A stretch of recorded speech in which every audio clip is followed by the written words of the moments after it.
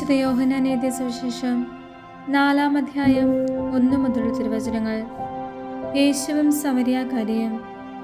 യോഹന്നാനേക്കാൾ അധികം ആളുകളെ താൻ ശിഷ്യപ്പെടുത്തുകയും സ്നാനപ്പെടുത്തുകയും ചെയ്യുന്നുവെന്ന് ഫരിസയർ കേട്ടതായി കർത്താവ് പറഞ്ഞു.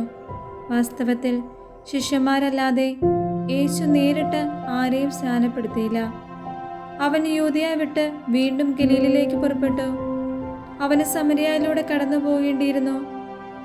സമരിയയിലെ സിക്കാർ എന്ന പട്ടണത്തിൽ അവനെത്തി. യാക്കോബ് തൻ്റെ മകൻ ജോസഫിന് നൽകിയ വയലിനടുത്താണ് ഈ പട്ടണം. യാക്കോബിൻ്റെ കിണർ അവിടെയാണ്. യാത്ര ചെയ്ത് ക്ഷീണിച്ച യേശു കിണറിൻ്റെ കരയിലിരുന്നു.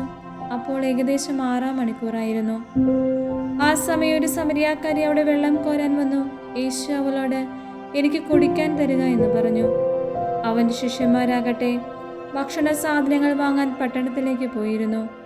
ആ സമരിയാക്കാരി അവനോട് ചോദിച്ചു, നീ ഒരു യഹൂദനായിരിക്കെ സമരിയാക്കാരിയെ എന്നോട് കുടിക്കാൻ ചോദിക്കുന്നതെന്ത്? യഹൂദരും സമരിയാക്കാരും തമ്മിൽ സമ്പർക്കമൊന്നുമില്ലല്ലോ. യേശു അവളോട് പറഞ്ഞു, ദൈവത്തിൻ്റെ ദാനം എന്തെന്നും എനിക്ക് കുടിക്കാൻ തരിക എന്ന് നിന്നോട് ആവശ്യപ്പെടുന്നത് ആരെന്നും അറിഞ്ഞിരുന്നുവെങ്കിൽ നീ അവനോട് ചോദിക്കുകയും അവൻ നിനക്ക് ജീവജലം തരികയും ചെയ്യുമായിരുന്നു.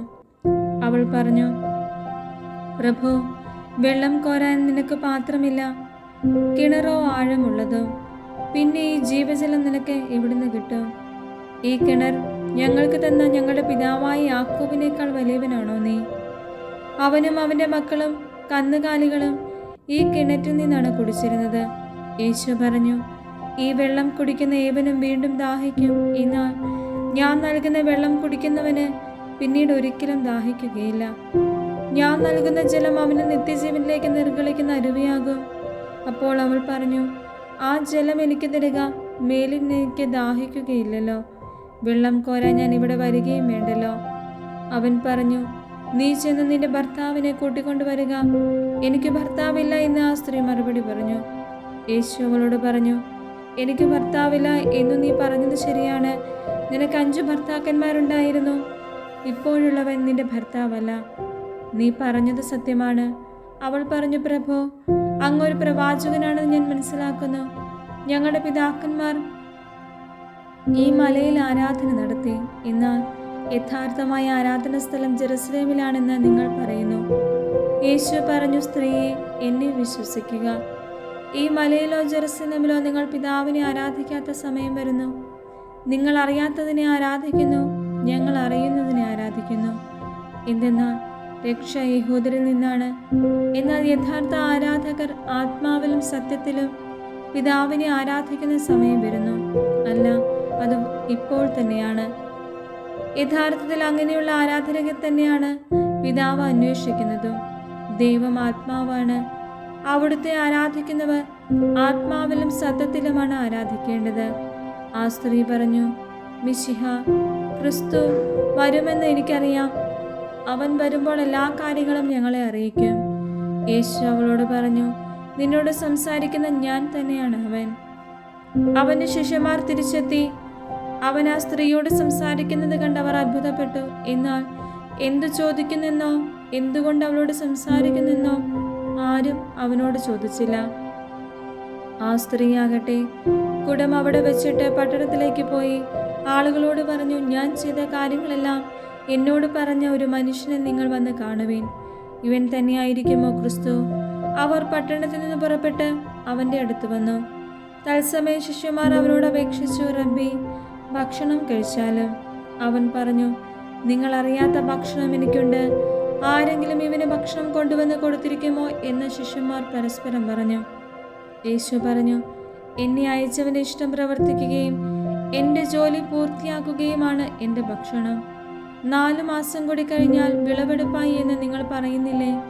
എന്നാൽ ഞാൻ പറയുന്നു, നിങ്ങൾ കണ്ണുകൾ ഉയർത്തി വയലുകളിലേക്ക് നോക്കുവാൻ അവ ഇപ്പോൾ തന്നെ വിളഞ്ഞു കൊയ്ത്തിന് ഭാഗമായിരിക്കുന്നു.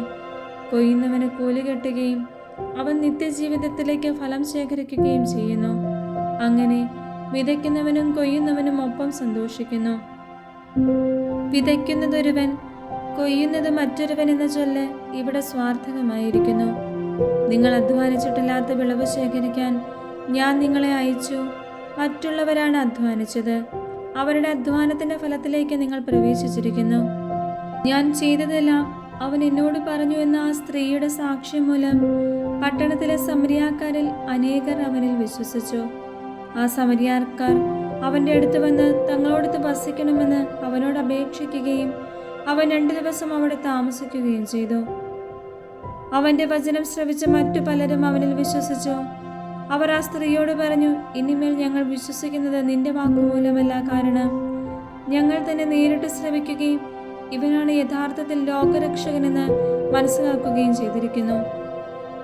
രാജസേവകന്റെ പുത്രനെ സുഖപ്പെടുത്തുന്നു.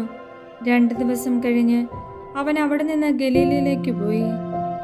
പ്രവാചകൻ സ്വന്തം നാട്ടിൽ ബഹുമാനിക്കപ്പെടുന്നില്ല എന്ന് യേശു തന്നെ സാക്ഷ്യപ്പെടുത്തിയിരുന്നു. അവൻ ഗലീലയിൽ വന്നപ്പോൾ ഗലീലിയക്കാർ അവനെ സ്വാഗതം ചെയ്തു. എന്തെന്നാൽ തിരുനാളിൽ അവൻ ജെറുസലേമിൽ ചെയ്ത കാര്യങ്ങൾ അവർ കണ്ടിരുന്നു. അവരും തിരുനാളിന് പോയിട്ടുണ്ടായിരുന്നു.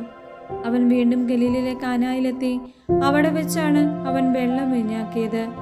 കഫർനാമിൽ ഒരു രാജസേവകനുണ്ടായിരുന്നു. അവന്റെ മകൻ രോഗബാധിതനായിരുന്നു. യേശു യൂദയായിൽ നിന്ന് ഗലീലയിലേക്ക് വന്നുവെന്ന് കേട്ടപ്പോൾ അവൻ ചെന്ന് തൻ്റെ ആസന്നമരണനായ മകനെ വന്ന് സുഖപ്പെടുത്തണമെന്ന് അവനോട് അപേക്ഷിച്ചു. അപ്പോൾ യേശു പറഞ്ഞു, അടയാളങ്ങളും അത്ഭുതങ്ങളും കാണുന്നില്ലെങ്കിൽ നിങ്ങൾ ഒരിക്കലും വിശ്വസിക്കുകയില്ലല്ലോ. അപ്പോൾ ആ രാജസേവകൻ അവനോട് അപേക്ഷിച്ചു, കർത്താവേ, എൻ്റെ മകൻ മരിക്കും മുമ്പ് വരണമേ. യേശു പറഞ്ഞു, പൊയ്ക്കൊള്ളുക, നിന്റെ മകൻ ജീവിക്കും. യേശു പറഞ്ഞ വചനം വിശ്വസിച്ച് അവൻ പോയി.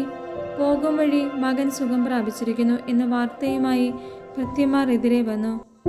ഏതു സമയത്താണ് അവൻ്റെ സ്ഥിതി മെച്ചപ്പെട്ടതെന്ന് അവൻ അന്വേഷിച്ചു. ഇന്നലെ 7-ാം മണിക്കൂറിൽ പനി വിട്ടുമാറിയെന്നവർ പറഞ്ഞു. നിന്റെ മകൻ ജീവിക്കുമെന്ന് യേശു പറഞ്ഞത് ആ മണിക്കൂർ തന്നെയാണെന്ന് ആ പിതാവ് മനസ്സിലാക്കി. അവനും കുടുംബം മുഴുവനും വിശ്വസിച്ചു. ഇത് യൂദയായിൽ നിന്ന് ഗലീലയിലേക്ക് വന്നപ്പോൾ യേശു പ്രവർത്തിച്ച 2ാമത്തെ അടയാളമാണ്.